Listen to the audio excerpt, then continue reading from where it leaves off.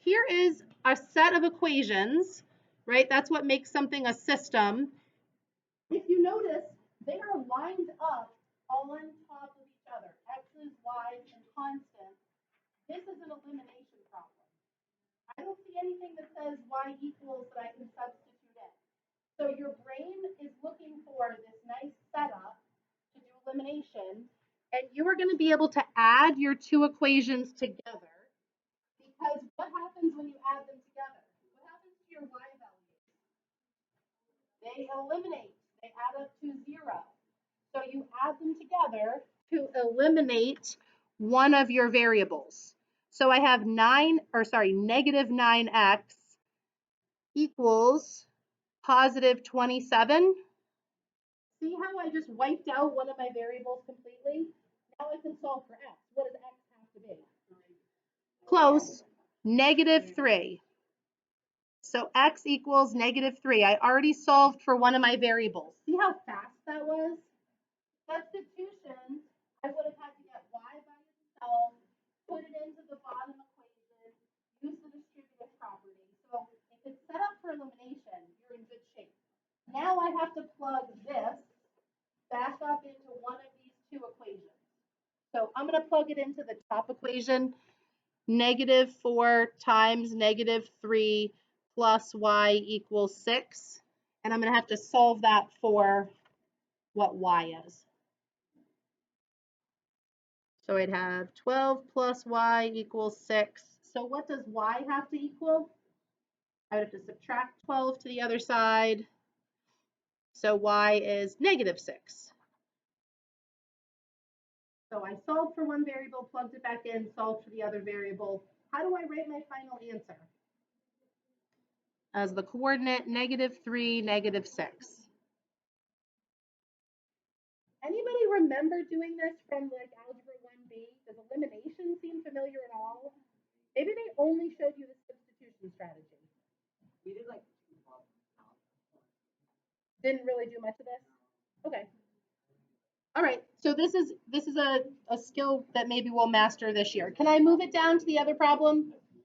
All right, so the other problem, if it were me, I would attack this using substitution. See how it already says y equals? To me, that's like the green light substitution. But I want to show you how can you do this problem using elimination? Because some of you might like elimination, so you want to be able to do any problem with substitution or elimination. On the quiz or the test, you can pick. It'll just say solve algebraically with substitution or elimination. You get to pick. So I need to get my equations lined up. So I need to move the 5x to the other side of the equation. So subtract 5x in the top equation. So minus 5x from both sides. So I'm just going to rewrite my two equations down here so I have some more room.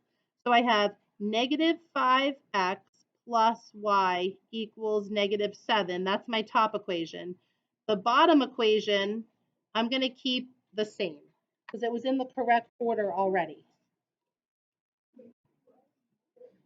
So I took this is my top equation. All I did was slide the negative 5x to the left. You know, this is there's my y, and there's my negative 7. This is the bottom equation, exactly what I started with. That's the bottom equation. I was just rewriting it because I didn't have enough room. What happens if I try to add these together? I get negative 8x. Do these y's get eliminated? No. So I don't want to add them together yet. I need to do one more step. I need to multiply one of these equations by something so that either the x or the y will add up to 0. What could I multiply my top equation by so that the y values will add up to 0? 2. Remember, you can do anything to both sides of the equation. So I can multiply this side of the equation by 2 and this side of the equation by 2. So you are going to take the entire top equation and multiply it by 2. And I'm just going to write down my new equation underneath. So I'd have negative 10x plus 2y equals negative 14. So I just doubled the top equation. I didn't change the value because I did it to both sides of the equation. I strategically chose 2 because what's going to happen when I add these together now? That's going to go away. You could have used substitution way back from the beginning. I'm trying to teach you elimination on this page. So, but someone might really want to do elimination because they didn't succeed with substitution.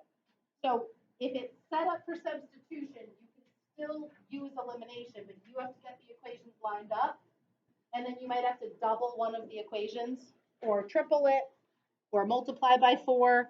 So now I'm going to add together my 2 equations. I'm not using this top equation anymore. That's down here in purple now. How many x's do I have? Negative 13 x's, and I have a total of negative 26 on the right-hand side. So what does x have to be? Divide by negative 13.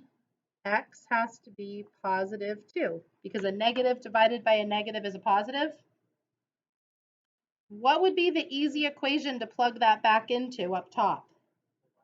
The y equals equation. Y is equal to, I'm going to plug in 5 times 2 minus 7, and I'll have my second variable. Y equals 5 times 2 minus 7. So what does y have to be? 3. So how do I write my final answer? 2, 3. So it's a lot of algebra. We're still doing almost the same process. Find a variable, plug it back in, find the other variable. Okay, so I'm going to do 2 more equations with you. Those were the 2 pages of notes. I want to do 2 more. It's on page 109, I think. Look at page 109. See if that says elimination at the top. Okay, 109. I want to do, oh no, it's the page right before that. I want to try numbers just 1 and 2, kind of planting the seed on a Friday so that Monday we're seeing it for the second time and practicing it. And then Tuesday we can hit it again and feel confident. So all the directions are at the top. This is page 109.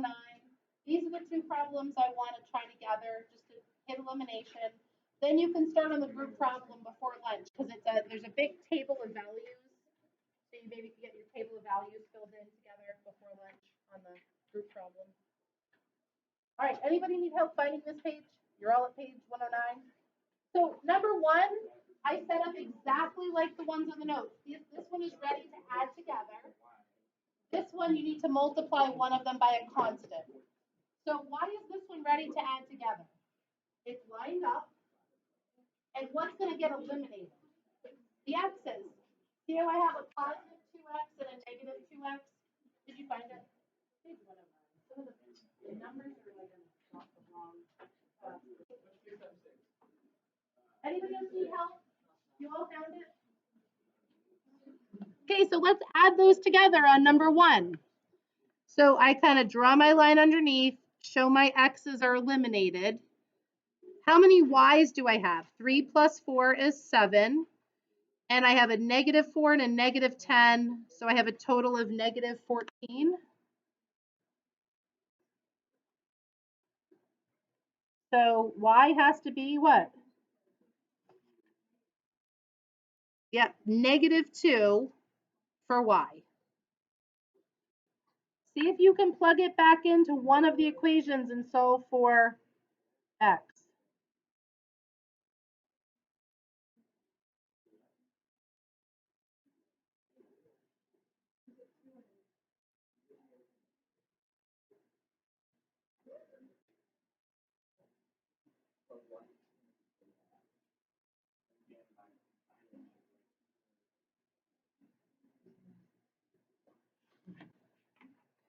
So I'm going to rewrite the top equation. Let's see, 2x plus 3 times negative 2 equals negative 4. So I rewrote my top equation plugging in the negative 2. This takes some practice. So what do I do next? I'm going to multiply, I get negative 6 here, and that negative 6 will get added to the other side of the equation as a positive 6. Right? I'm plugging it into the top equation. So now I have 2x left on this side, positive 2 left on this side. 2x equals 2. So what does x have to be? 1, right? So I'd write my answer 1 comma negative 2, final answer. Oops, hold on.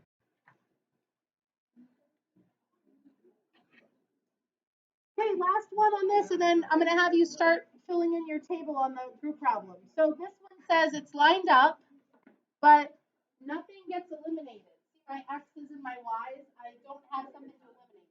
What should I multiply the top equation by? Positive 6 is a good idea, but it won't quite work because I'll have a positive 6y and a positive 6y. So you can either do negative 6 or you could do negative 4, one of those two to get rid of x or y.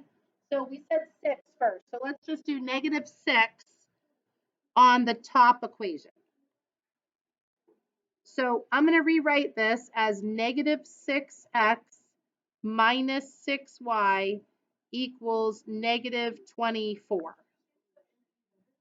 You can multiply by any number because when you're multiplying the entire equation by negative 6. So that it allows you to multiply so that you're going to have something that cancels. Right? As long as you do the same thing to both sides of the equations, you're not changing the equality. So now I have 4x plus 6y equals 10 as my bottom equation. That stays the same. So my x's get, or my y's get eliminated. And how many x's do I have left? Negative 2 x's has to equal how much? I have a negative 24 and I have a positive 10. So I have a negative 14. You're just going to do substitution? You don't like elimination? Once you do elimination, it is easier. If it's already lined up like this, it is easier, but that's good. If you like substitution, you can be successful. It depends on if it's set up for elimination or not. X is positive 7, right?